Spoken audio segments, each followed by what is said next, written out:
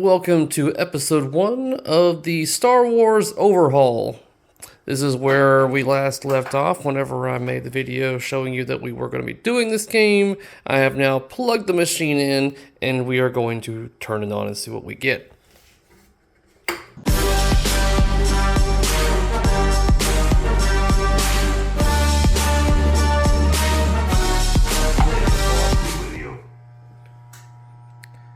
Okay, well, we obviously have the...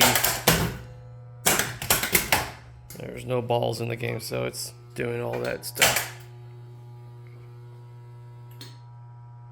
My goodness, that Data East hum is a little bit louder than I would like it to be. So, we'll work on that later. But for now, I need to make sure or find out what is working and what is not working at this time. And then, so we're going to go into test mode. We're going to go into switches. Looks like we already go into a track mode. Let's go into diagnostics by hitting this button into the in position first. And then we're going to hit this button. And then we're going to depress this middle button, and that will get me to go forward by pushing the black button. And I want to go to, so motor is up, shift is in down position, right return. Yeah, pinball's missing. Motor, that's that right there. Shift down, that's that. So pinball missing, motor up, right return. Okay, so let's progress. No, I don't want that. No. I know the laser kick works. I know the motor works. Alright, so switch test. This is what we want. And it was saying right return. Okay, so that's already a switch that's going to have to be played with. But every other switch probably works. And another good way to test this, now this may be a little unorthodox to a lot of you people. You may not like what you're going to see here, but this is surprisingly a very good way to see if you have any loose connections or finicky, something that's out of place.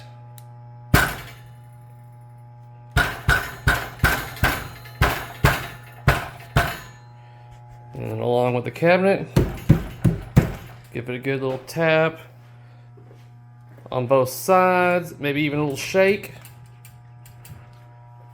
That's pretty good. So looks like there's nothing like loose connection wise. That's mechanically definitely gonna need some help, but all the switches, what the heck?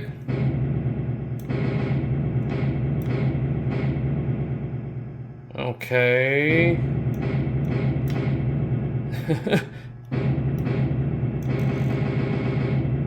Okay, we're gonna have to look at that. It's like I hit it. Okay, so that's like hitting multiple times. So something is vibrating, and we're gonna have to look at that. Write that down. But I think every other switch should be good. So we're going to go through that, make sure all the switches working, but so far we've got this and the anomaly that's going on right there. In order to work on this, I'm going to have to get the playfield in the up position, so let's get it off the playfield jacks. Playfield is up, here is that right, and that, my friends, is the problem. So, nothing. Have that diode touch that side. Yeah, there we go. So we'll reflow that. And as far as what's going on here with these switches, it is basically just the vibration from the contacts. Because if I was to just hit it and it just vibrates, don't know if I can focus that camera on those contacts, but they are very close. And once you hit that, it just vibrates and hits that switch over and over again. So we're gonna separate those leaf switches a little further apart so that vibration doesn't do that, because that's definitely going to be racking up some points more than likely, unless it's coded otherwise. But so reflow that, and then I think we should be good on all the switches then. So as I'm going to be going through this game and doing everything I'm going to be doing, oh, what the heck they had right here. But as I'm going to be going through checking everything, this is something that I do as I print out the manual using the Internet Pinball Database, one of the best resources we have available to us hobbyists. And there's sometimes, depending on the manufacturer, but there's a notes page that you can use. Otherwise, I'm just going to use the back side of this and just write down things that I know that I'm going to need to purchase, that I know is broken, or things that I know that I need to repair as I'm just going through this machine doing what I'm doing. So we're just gonna start going through and seeing what needs to be purchased. Like I can already see I'm missing my tilt bobber. So does that even work? Are we still in test mode? We are in test mode. So there and turn. Okay, there we go. Just not a good enough connection. Must be a little bit of oxide built up around the rim right there. Or this thing itself is kind of just not... Okay, that's kind of loose. There we go. That wasn't making a good connection. Okay. So, just I need a new tilt bobber and set screw for that. And this is Data East, so I'm going to be going through all the boards, more than likely changing a majority of the fuse clips, if not all of them. So chances are I'm going to have to replace all the fuse clips on that board right there for the flipper controller board. And like I said, just going to be going through, writing down things that I need to purchase or repair while I'm doing this. But I think I'm going to start with the boards actually. So now I know that the game is 100% functional. I know that everything I do going forward is either going to help it or hurt it. But at least I'll know that it's something I did in the process of doing what I'm doing. So that's why I always try to get machines working 100% before I start tearing things apart, so I know that I did the issue. So I can at least look back and step back and go, okay, what did I do? What did I do here or there that could have caused this or whatever kind of thing. It's a really good thing for troubleshooting, because a lot of the times when you go about fixing certain things, you create problems in the process. So always keep a mental note of what you've done, or if not, record video or take a lot of pictures and everything, just to make sure that you can go, okay, I did this to this, so let me go back and check around there to make sure I didn't mess anything up in the process, make sure no wires are touching where they're supposed to be, or not supposed to be rather. Yeah, little stuff like that. Just things to food for thought, guys. Just basic troubleshooting tips right there. All right, let's start digging in. All right, so I've already wrote down that I'm missing a knocker assembly. I don't have that on there for whatever reason. It's missing. The wires are there. Tilt bobber and set screw, and now moving on to the flipper controller panel. And I can already see that, yes, I'm going to be replacing... Look at that. Data East at its best. Oh, man. This is what you get, guys. Well, that one's actually got good contact. That one's actually pretty decent. What about you guys? Usually you can just push these in. Yeah, that one's kind of loose. Yeah. I bet these are pretty crap. Yep, there it is. Yep. Good old Data East. So definitely these two. These two might be okay, but you know what? If I'm going through the trouble of replacing these two, I'm going to go ahead and replace all four of them. That's why you always need to stock up on these babies whenever you own Data East. So, going to use my handy dandy little desoldering tool. Out with the old, in with the new, and I may even go through it again just to make sure everything looks good when it comes to reflowing. But overall, this looks pretty decent.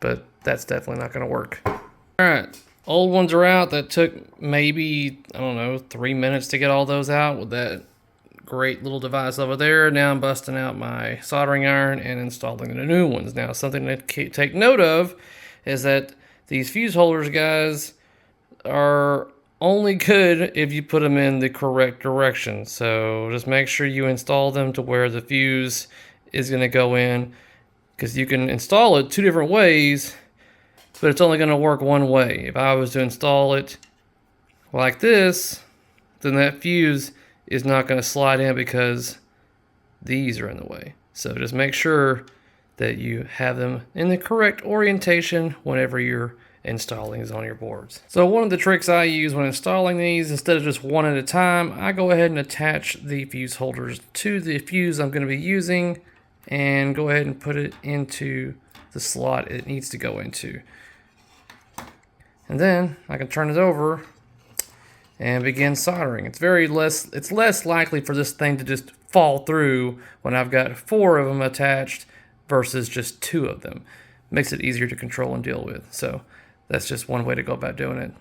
All right, we've got all new fuse holders and fuses are reinstalled. Now it's time to, of course, last but not least, check your work. So I'm going to be making sure I've got continuity throughout, and then this thing's going back into the machine.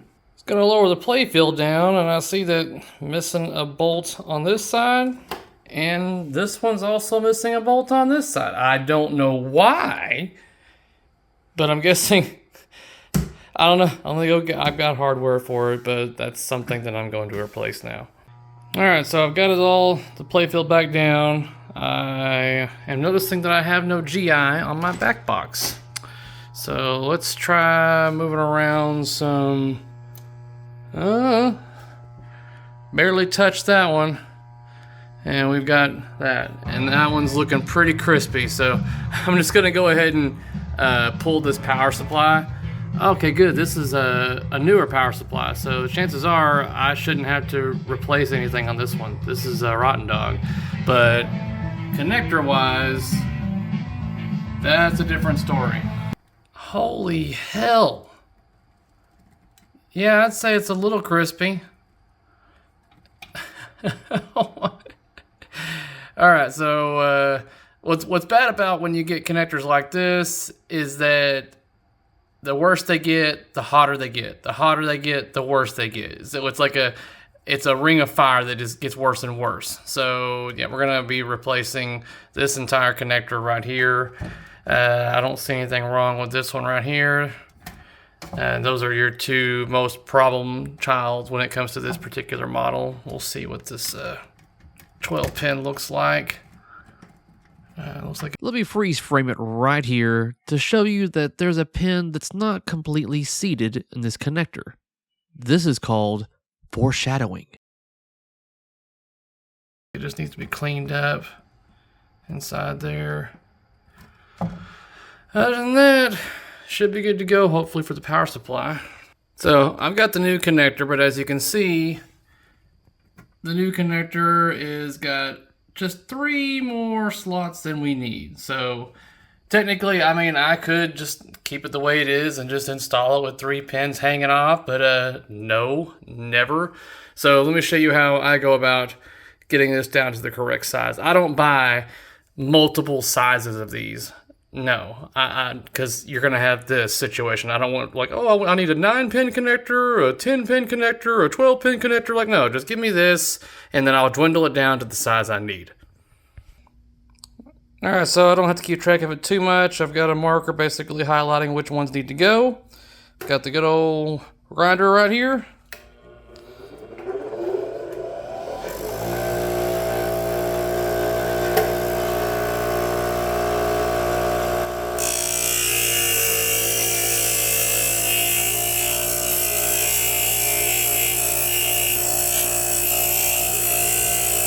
Difficult to do with one hand because it's on wheels. So it's rolling as I'm trying to push it into this damn thing. I'm going to give you this visual right here just so you can see that it will eat it up.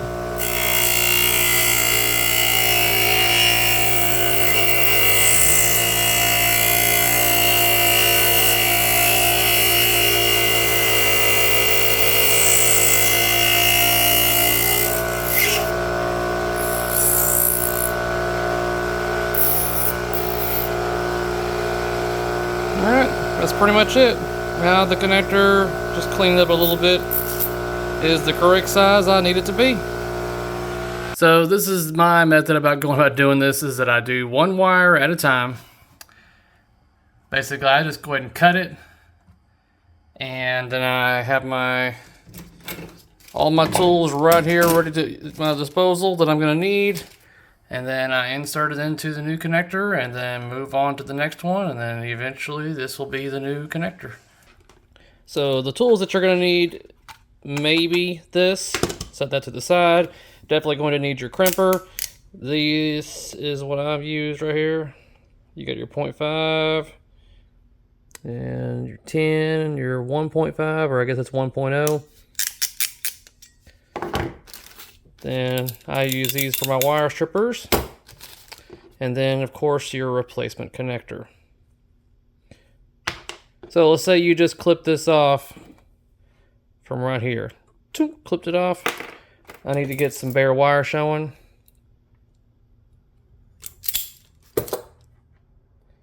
That's all you're going to need right there. And let's get a new pin.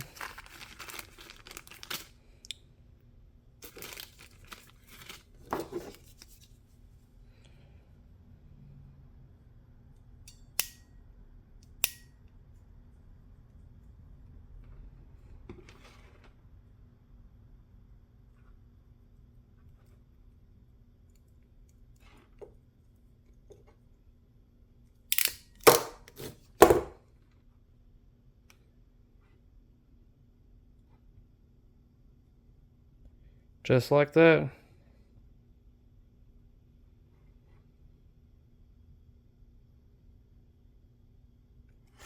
And now, the flat portion right here, that is going to be protruding through this portion right here. So we're just going to slide that in. Oh, slide that in like that.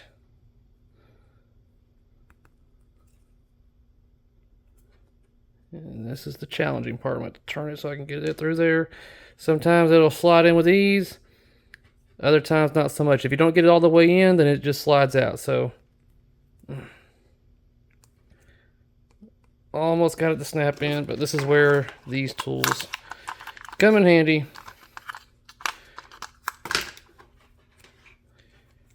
Grab my small screwdriver, kind of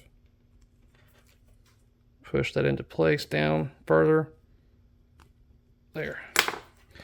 So that's all nice and snapped into position. Not going anywhere. And you are going to have a really good connection going forward. Nice and clean. And just rinse and repeat that all the other pins one at a time. And here we have old and busted. A little bit crispy there. And new hotness. So now that should just go. Oh, that was nice and snug. That was beautiful. I'm actually gonna plug these in and turn this machine on now to see what it looks like. Make sure that back box is all fully lit and all my GI is still going. Alright, that should be all good to go. May the force be with you. Alright, so is it a different strand?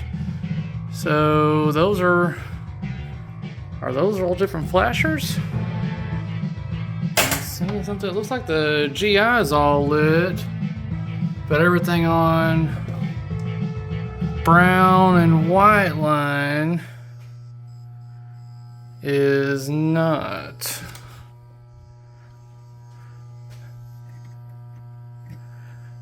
So, gonna be checking. I don't think it's gonna be this connector. This connector is nice and snug and everything's all beautiful.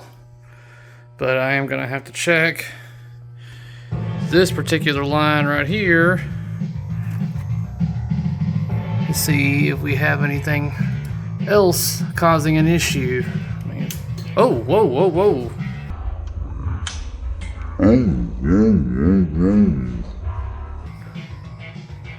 Okay, well, I'm gonna be careful with this connector. That was not good. Not sure the camera caught that or not, but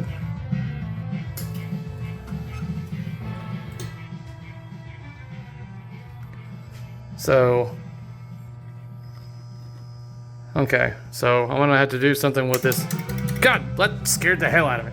So I'm gonna be checking this. I'm probably gonna end up pulling the power supply to make sure we don't need to have anything else reflown. But yeah, it's definitely up here should be working. This bulb's probably just burned out. Nope, that's the brown and white one. Or no, brown and white's all good. I guess these bulbs are just burnt out.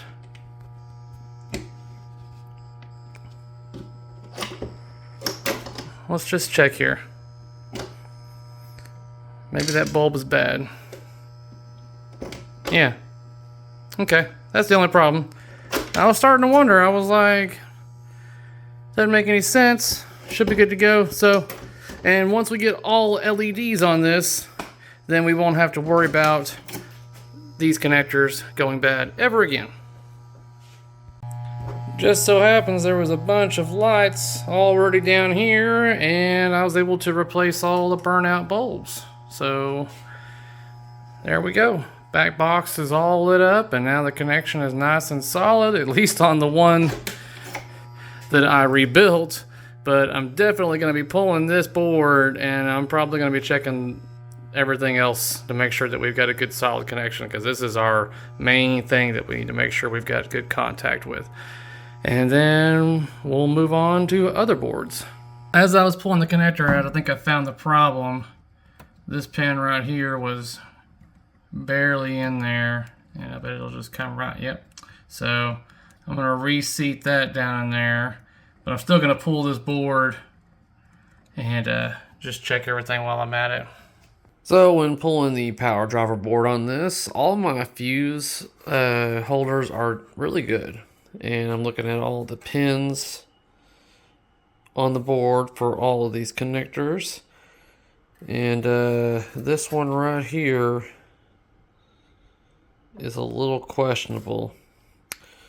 So we're going to get these pins all cleaned up. I think the rest of these are pretty decent. Yeah. So we're going to get this connector all cleaned up right here, these pins, and that should be all the work that we got to do to this board. I've already had to replace a couple of the tip 36Cs from previous work on this machine, but I think this is all I got to do on this particular board.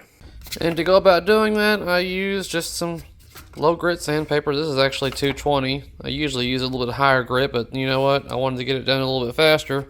So you just run it across these pins, and I've got both sides looking pretty good. So should be a nice solid connection on all of these pins. So this board should be good to go.